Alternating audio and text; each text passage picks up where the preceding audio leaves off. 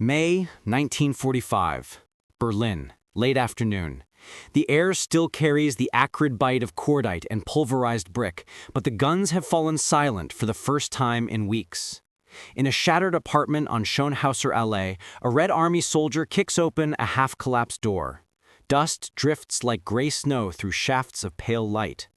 On a cracked table lies an abandoned American parcel, its olive-drab canvas torn open by shrapnel. Inside, wrapped in wax paper, sits a small vacuum tin bearing a white star and the words, U.S. Army Field Ration, Coffee, Instant, Type 2. A woman in her late 30s, hair matted with plaster, fingers trembling from cold and hunger, lifts the tin as though it were made of porcelain. She unscrews the red cap.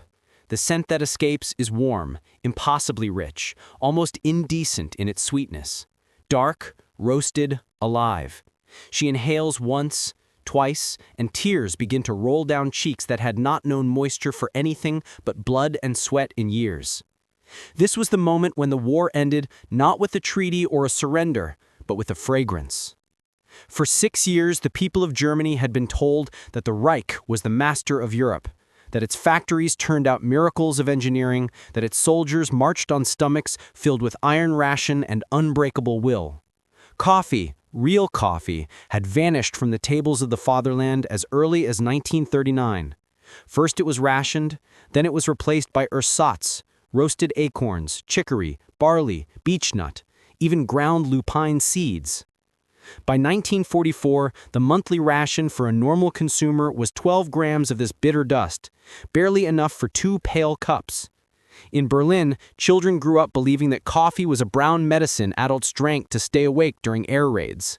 The word Bohnenkaffee, real bean coffee, became a whisper of nostalgia, a ghost of the Weimar cafes that no longer existed. Yet, on the 2nd of May 1945, American soldiers of the 82nd Airborne and the 2nd Armored Division met their Soviet counterparts at the Elbe, and in the chaotic days that followed, began distributing parcels to the dazed civilians emerging from cellars and ruins. Each K-ration box, each 10-in-1 pack, contained that small red-capped tin. Army quartermasters had calculated that 1 tin, mixed with hot water, would yield 10 cups of strong coffee for a squad on the move. To a Berliner who had not tasted the real bean in half a decade, 10 cups was not logistics, it was resurrection. Contemporary reports from the American Civil Affairs Division are clinical in their language, yet staggering in their implications. In the American sector of Berlin alone, between May 8 and 30th June 1945, over 1,400 tons of coffee were issued to the civilian population. That is roughly 1.4 million kilograms, enough to give every surviving inhabitant of the city 1 real cup every single day for 3 months. The Army's own G5 history dryly notes, distribution of coffee proved more effective in restoring public order than any other single measure. Translation, a worn cup was worth more than a battalion of military police. German witnesses remembered the moment with a precision usually reserved for births and deaths. Charlotte Lorenz, a nurse from Wedding, wrote in her diary on the 14th of May, "An American sergeant handed me a tin through the window of the ruined clinic. I thought it was medicine. When I opened it in the cellar that night and the smell rose, my mother, who had not cried since the night our house burned in '43, put her face in her hands and sobbed like a child." Ilse Schmidt, age 17, recalled 60 years later, "We boiled snow in a helmet because the pipes were broken. The first sip tasted like sunlight. I understood for the first time that the world outside the Reich was not starving with us. That was more frightening than any bomb." The contrast was merciless. Throughout the war, Joseph Goebbels' propaganda ministry had assured the Volk that Britain survived on turnips and America was a decadent shell collapsing under its own materialism. Newsreels showed caricatures of overweight plutocrats drowning in luxury, while German housewives heroically stretched 1 potato into 3 meals. Then came the GIs, young, chewing gum, handing out chocolate, cigarettes, and coffee as casually as if they were giving directions. To the women of Berlin, these soldiers did not look like an invading army. They looked like emissaries from a planet that had never heard of hunger. And the coffee itself became the recurring symbol, the sacrament of a new reality. It appeared everywhere, in the soup kitchens set up in bombed-out churches, in the back of deuce-and-a-half trucks where American medics brewed it in 5-gallon cans for lines of hollow-eyed women, in the first hesitant barter markets where a single tin could be exchanged for a Luger pistol or a pre-war Meeson figurine. You could follow the scent through the rubble like a thread of gold, past the corpses still lying in the Tiergarten, past the endless queues for water, past the Soviet sentries who themselves began begging for café because their own supply lines brought only tea and vodka. The transformation was immediate and profound. In the space of one swallow, an entire ideology evaporated. The belief that Nazi socialism had created the highest form of human civilization, that sacrifice and scarcity were noble, that the Reich would endure 1,000 years, all of it dissolved in the steam rising from a chipped enamel cup. Real coffee did what no Allied bombing raid had managed to do.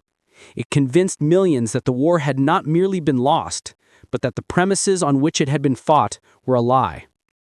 A woman named Gertrude Rogue, interviewed in 1968 for the Berlin Document Center, put it with devastating simplicity. When I tasted that coffee, I understood that everything they told us about the world was false. And if the world was not as they said, then everything else, the rallies, the banners, the oaths, had been false too. American soldiers noticed the change at once. Sergeant Mike Jacobs of the 104th Infantry Division wrote home on 22nd May, "These people look at a cup of joe like we look at a letter from home. I gave an old lady half a tin this morning and she kissed my hand like I was the Pope. Makes you wonder what the hell we've all been fighting for if a little coffee can do this." Captain John Cobb of the 78th Infantry Division recorded in the unit war diary, "Morale of civilian population improving daily due to issue of real coffee. Recommend continued priority shipment."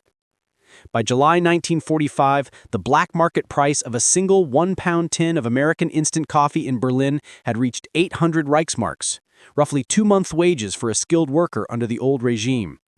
Soviet authorities in the eastern sector, alarmed by the political implications, banned private possession of Western coffee in August.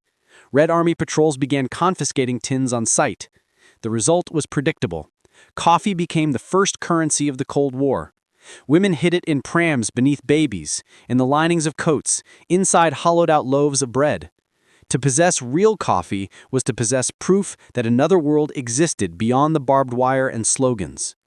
And years later, historians would argue about turning points: Stalingrad, D-Day, the fall of Berlin.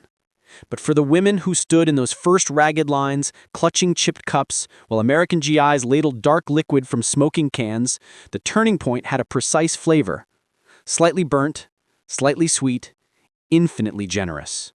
It tasted like the realization that human beings were not meant to live on acorns and propaganda. It tasted like mercy.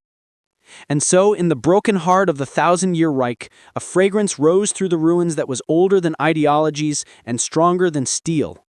It curled past the swastika banners, now used as bandages, past the portraits of the Führer lying face down in the mud, past the graves of children who would never taste it. It was the aroma of beans grown under a sun that had never known blackout, roasted in factories that bombers had never touched, packed by workers who had never heard an air raid siren. It was the smell of a world that had kept its promises to itself. In the end, the war did not conclude with the thunder of artillery or the silence of surrender. It ended quietly, cup by cup, tear by tear, in the trembling hands of women who discovered that abundance was not decadence, that kindness could cross oceans inside a small red tin, and that freedom, real freedom, has always tasted to those long starved of it like the first honest sip of morning on a continent that had forgotten the sun.